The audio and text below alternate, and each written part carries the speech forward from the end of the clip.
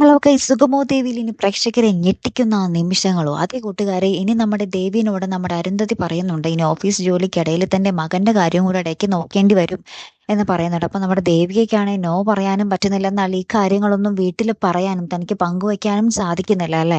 അപ്പൊ ഇനിയായിരിക്കും ആ ഒരു അരുന്ധതി ആ ഒരു കളം മാറ്റി ചവിട്ടാൻ പോകുന്നത്. നമ്മുടെ പ്രഭാവതി ഓൾറെഡി ഇപ്പൊ ജയിച്ചു നിൽക്കുകയാണല്ലേ. അപ്പൊ ഇനി തോൽപ്പിക്കാൻ വേണ്ടി എന്ത് കടുങ്കയും ചെയ്യാൻ മടിക്കാതെ നിൽക്കുന്ന ഒരു അവസരമാണ് നമ്മുടെ അരുന്ധതിക്ക്. അരുന്ധതിയുടെ ഒപ്പം തന്നെ നമ്മുടെ ത്യാഗരാജനും കൂടെ തന്നെ ഉണ്ടല്ലേ.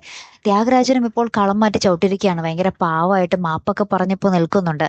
അപ്പൊ ഇനിയാണ് ആ ഒരു കൊടും ക്രൂരത നടക്കാൻ പോകുന്നത്. നമ്മുടെ നന്ദനെ കെണിയിൽപ്പെടുത്താൻ തന്നെയാണ് നമ്മുടെ അരുന്ധതിയുടെ തീരുമാനം. തന്റെ മകനെ ഈ അവസ്ഥയിലാക്കിയ പ്രഭാവതിയുടെ മകനെ അതേപോലുള്ള ഒരു അവസ്ഥയിലാക്കുക, അതായത് ദേവികയ്ക്ക് ഭർത്താവിനെ ഇല്ലാതാക്കുക, അല്ലെങ്കിൽ എന്താ പറയാ, ആ ഒരു നമ്മുടെ ഋഷി കിടക്കുന്നത് പോലെ ആ ഒരു കിടപ്പ് രീതിയിൽ, ആ കിടപ്പ് ഒരവസ്ഥയിൽ തന്നെ നമ്മുടെ നന്ദനെ മാറ്റുക എന്നുള്ളൊരു പ്ലാനാണ് നമ്മുടെ അരുന്ധതിക്കുള്ളിൽ ഇപ്പോൾ വന്നിരിക്കുന്നത്. പിന്നെ എന്തൊക്കെയായിരിക്കും സംഭവിക്കാൻ പോകുന്നത് അല്ലെ.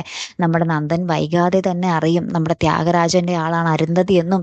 ഇവര് രണ്ടുപേരും കൂട്ടിയായിരിക്കും ഇനി നമ്മുടെ നന്ദനെ വകവരുത്താൻ നോക്കുന്നത്. നന്ദനെ ഒരു ഒളിവിൽ താമസിപ്പിച്ചിട്ട് കുറെയൊക്കെ പകരം വീട്ടിൽ ചോദിച്ചതിനൊക്കെ ശേഷമായിരിക്കും നമ്മുടെ നന്ദനെതിരെ ആ ഒരു കൊടും ക്രൂരത ഇവർ ചെയ്യാൻ ഒരുങ്ങുന്നത്. അപ്പൊ നമ്മുടെ നന്ദൻ നമ്മുടെ അരുന്ധതിയുടെ ആ ഒരു മറ്റൊരു മുഖം കാണുവാൻ പോകുന്ന ഒരു നിമിഷങ്ങൾ തന്നെയാട്ടോ കൂട്ടുകാരെ നമുക്ക് സുഗമോ ദേവിയിൽ ഇനി കാണുവാൻ സാധിക്കുന്നത്.